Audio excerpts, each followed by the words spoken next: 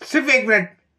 लगता नहीं है कि ये सोशल मीडिया ने हमको बहुत ज्यादा एंटी सोशल कर दिया है।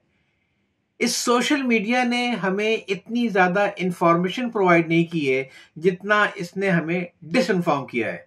फोटोशॉप की हुई तस्वीरें, एडिट की हुई वीडियो, तमस्खुर, मजाक, पूरा एक माहौल क्रिएट कर दिया है सोशल मीडिया ने, जिसमें अच्छे अच्छे लोग भी मुतासर होकर इसे फॉरवर्ड करने लग गए हैं। सियासी महाज पे सोशल मीडिया जो कुछ कर रहा है, कौम की तकसीम, वो तो छोड़िए, ये घरों में क्या हो रहा है, यानी बड़े छोटे का लिहाज खत्म हो गया है। वो बातें जो कभी बहू को सुनाती थी सास खामोशी से घर के अंदर, अब बहू अपनी सास को सुनाती है, अब नंद अपनी भावज को सुनाती है। कहां पे?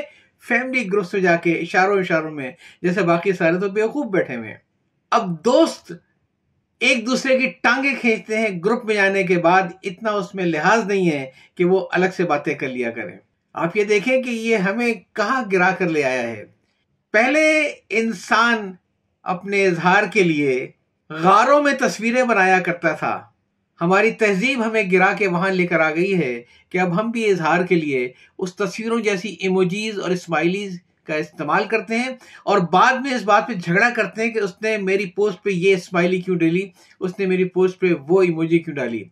जब आप आपस में बातें नहीं करेंगे तो फिर यही सब होगा कि झगड़े होंगे स्माइली के ऊपर, झगड़े होंगे इमोजी के ऊपर, हर आदमी अपना अपना मतलब निकालेगा।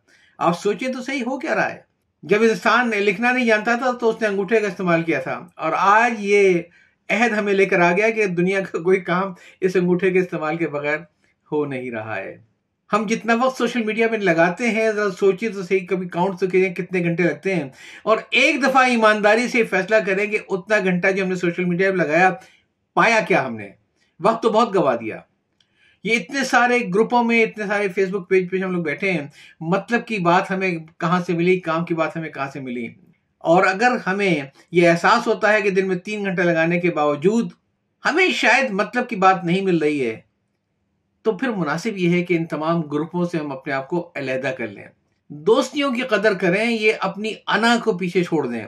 ये दुनिया आनी जानी है। फिर आप ही लोग होते हैं जब कोई जाता है तो रिप रिप रिप लिखना शुरू करते हैं फेसबुक के ऊपर, पता ही नहीं चलता क्या कहना चाह रहे हैं। रेस्ट इन पीस और रेस्ट इन पेन। क्यों वक्त का इंतजार करते हैं? छोड़ें सोशल मीडिया को, आपस में लें। ये किस किस्म के सोशल नेटवर्किंग है? अगर आप किसी को सालगिरह की मुबारकबाद देना चाहते हैं तो फॉर गॉड सेक, सालगिरह के बहाने से ही व्हाट्सअप कॉल कर लीजिए उसको, उस पर कोई पैसा नहीं लगता है। ये ग्रुप के ऊपर आप लोग क्यों मुबारकबादें डालते हैं?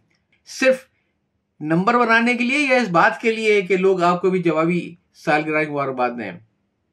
ऐसा ना करें। अगर आपको फोन कॉल करके सालगिरह की मुबारकबाद देना अच्छा नहीं लगता है, व्हाट्सएप करके अच्छा नहीं लगता है, तो आप व्हाट्सएप के ऊपर पर्सनली उसको मैसेज कर देना। ग्रुप पे क्यों डाल रहे हैं आप? और 95% वो मुबारकबादें जो फेसबुक के जरिए टाइमलाइन पे आती हैं, वो लोग आपस में राब्ते में कभी नहीं होते हैं, कभी एक दूसरे को ज़बानी सालगिरह की मुबारकबाद नहीं देते हैं। तो मेरा आज का कहने का मकसद सिर्फ इतना था कि सोशल मीडिया एक बहुत पावरफुल चीज़ है, लेकिन इससे मुस्बत काम लेने की कोशिश करें, दिलों को नज़दीक लाएं, लोगों से करीब हों, अच्छी बातों को देखें, शहद की मक्खी बने कि हमेशा किसी अच्छी जगह पे जाके बैठें, गंदगी की मक्खी ना बने कि हमेशा गंदी बातों को देख के उस पर कुड़ते रहें, करते हट जाएं वहां से दूर।